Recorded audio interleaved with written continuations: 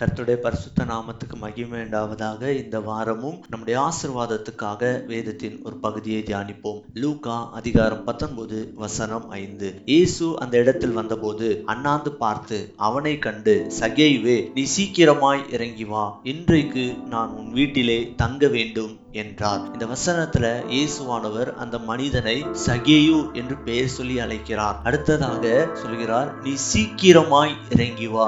ரொம்ப ஆவலோடு இயேசுவானவர் அவனை பார்த்து சொல்கிறார், நீ சீக்கிரமாக இறங்கி வா. அடுத்ததாக இயேசு சொல்கிறார், இன்றைக்கு நான் உன் வீட்டிலே தங்க வேண்டும் என்று. சகேயு இயேசு அவருடைய வீட்டுக்கு இன்வைட் பண்ணவே இல்லை. ஆனாலும் இயேசுவானவர் ரொம்ப உரிமையாக அவன்கிட்ட சொல்கிறார், நான் உன் வீட்டில தங்க வேண்டும் என்று. அப்போ இந்த இயேசுவானவர் அந்த சகேயுவை முழுவதும் புரிந்து அந்த சகேயுனுடைய எல்லா நிலைமைகளையும் அறிந்த தேவனாயிருக்கிறார். அந்த சகேயுனுடைய நிலைமை என்ன?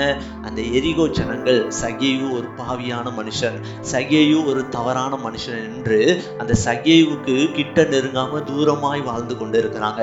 இதையெல்லாம் புரிந்த இந்த இயேசுவானவர் சகேயுவை நேசித்து சகேயுனிடத்துல ரொம்ப ஆவலாய் அவங்கிட்ட உரிமையாய் சொல்கிறார், இன்னைக்கு நான் உன் வீட்டிலே தங்க வேண்டும் என்று.